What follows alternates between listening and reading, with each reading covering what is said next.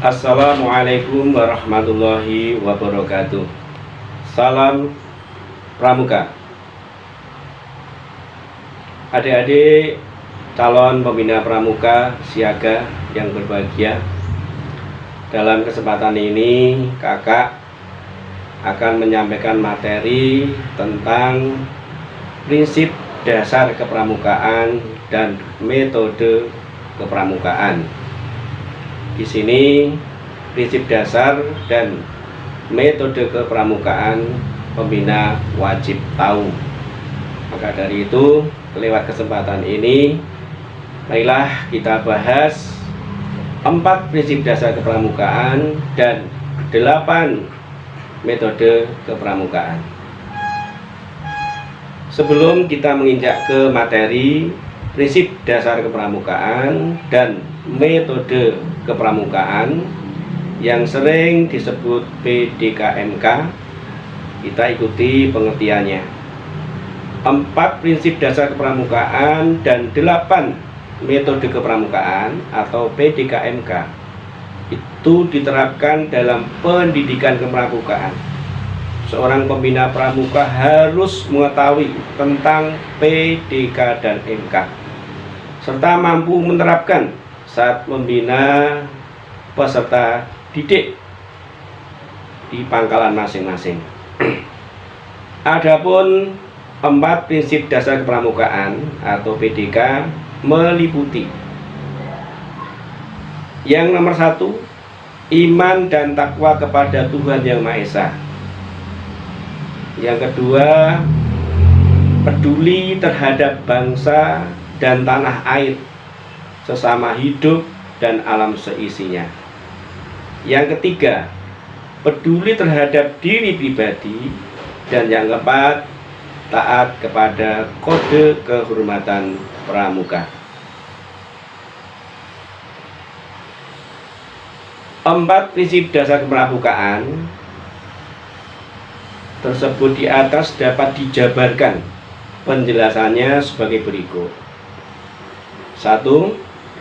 Nilai dan prinsip dasar kepramukaan sebagai norma hidup setiap anggota gerakan pramuka ditanamkan dan ditumbuh kembangkan kepada setiap peserta didik melalui proses penghayatan dan untuk diri pribadi dengan bantuan tenaga pendidik, sehingga pengamalannya dapat dilakukan dengan inisiatif sendiri, penuh kesadaran, kemandirian, kepedulian, tanggung jawab, serta keterikatan moral dengan baik sebagai pribadi maupun sebagai anggota masyarakat.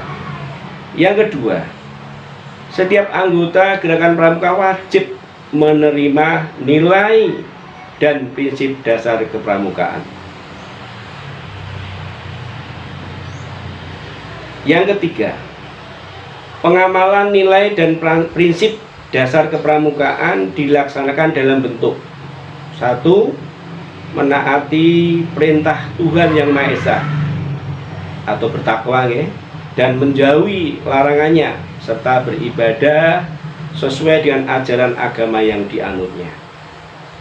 Yang kedua, memiliki kewajiban untuk menjaga, memelihara persaudaraan dan perdamaian di masyarakat, memperkokoh persatuan, serta mempertahankan Pancasila, Undang-Undang Dasar tahun 1945, Negara Kesatuan Republik Indonesia atau NKRI, dan kebinekaan.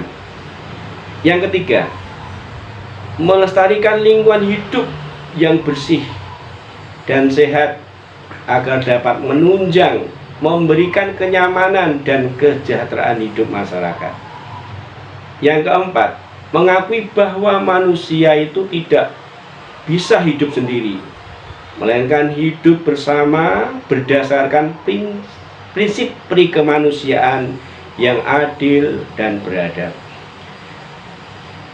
Yang kelima, memahami potensi diri pribadi untuk dikembangkan dengan cerdas guna kepentingan masa depannya dalam hidup bermasyarakat, bernegara, berbangsa, dan mengamalkan satya dan dharma pramuka dalam kehidupan sehari-hari. Sekarang kita menginjak metode kepramukaan. Metode kepramukaan yang sering disebut MK, sering disingkat dengan MK, itu ada 8. Meliputi yang pertama, pengamalan kode kehormatan pramuka. Yang kedua, belajar sambil melakukan, learning by doing ya. Yang ketiga, kegiatan berkelompok, bekerja sama dan berkompetensi ya, berlomba ya. Kemudian yang keempat, kegiatan yang menarik dan menantang. Yang kelima, kegiatan di alam terbuka. Yang keenam, kehadiran orang dewasa yang memberikan bimbingan, dorongan, dan dukungan. 7. Penghargaan berupa tanda kecakapan. Dan ke-8 adalah satuan terpisah antara putra dan putri. 8 metode kepramukaan tersebut di atas secara ringkas penjelasannya adalah sebagai berikut.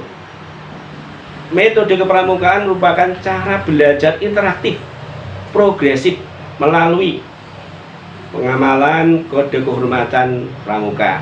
Nanti dilihat contoh kode kehormatan pramuka. Kemudian yang kedua adalah belajar sambil melakukan, learning by doing gitu. Jadi kita kalau memberi pelajaran kepada siswa, kita sambil melakukan, memberi contoh gitu, memberi contoh, memperagakan. Yang ketiga adalah kegiatan berkelompok. Pramuka itu kegiatannya berkelompok. Maka ada yang namanya di siaga itu namanya barung. Ada kelompok nih, barung merah, barung putih.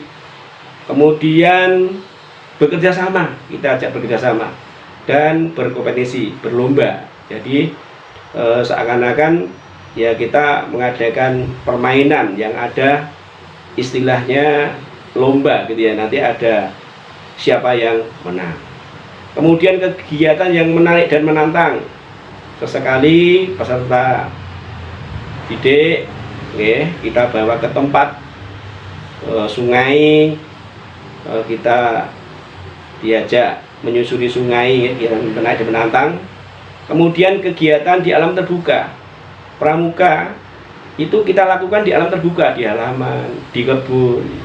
Sekali-kali kita diajak di hutan yang lain, di tempat terbuka.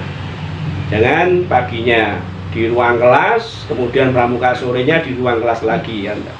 Kita bawa ke ruang terbuka. Kemudian kehadiran orang dewasa yang memberikan bimbingan, dorongan, dan dukungan. Pembina harus selalu mengawasi kepada anggota pramuka kita siaga. Kita harus mengawasi. Kalau terjadi hal-hal yang tidak diinginkan, maka anggota orang dewasa bisa membantu menolong. Kemudian ada penghargaan berupa tanda kecakapan.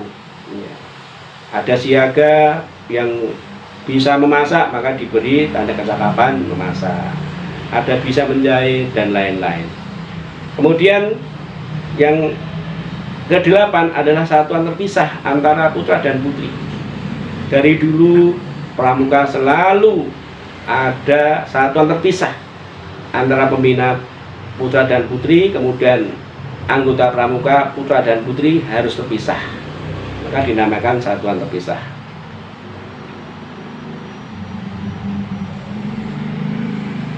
Metode kepramukaan merupakan prosedur dan cara untuk mengimplementasikan nilai dan prinsip dasar kepramukaan. Setiap unsur dalam metode kepramukaan itu memiliki fungsi pendidikan spesifik khusus yang secara bersama-sama dan keseluruhan saling memperkuat dan menunjang tercapainya tujuan pendidikan kepramukaan. Metode kepramukaan adalah cara memberikan pendidikan watak kepada peserta didik, yaitu melalui kegiatan kepramukaan yang menarik, menyenangkan, menantang, mengandung unsur pendidikan yang disesuaikan dengan kondisi, situasi, dan kegiatan peserta didik.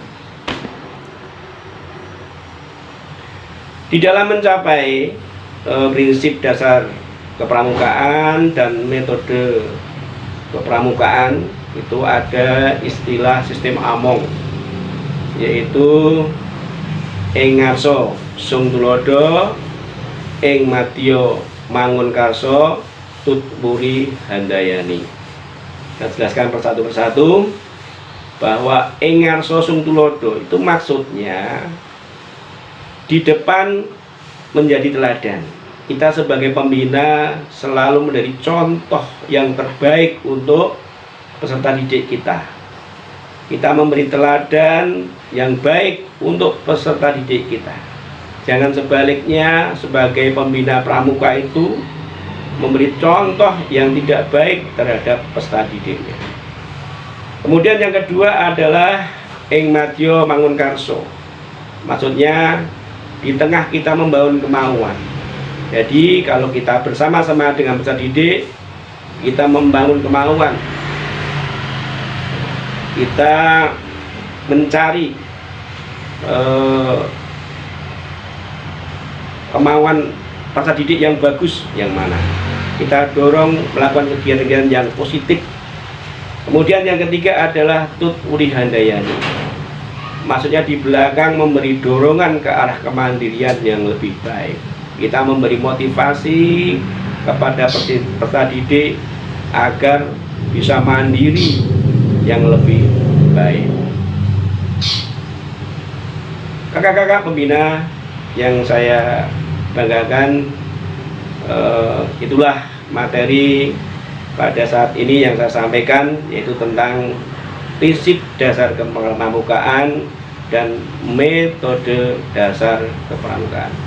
Mohon materi itu dapat dipahami, dapat dihayati, kemudian dilaksanakan, diimplementasikan dalam kehidupan sehari-hari. Cukup sekian. Assalamualaikum warahmatullahi wabarakatuh. Salam Pramuka.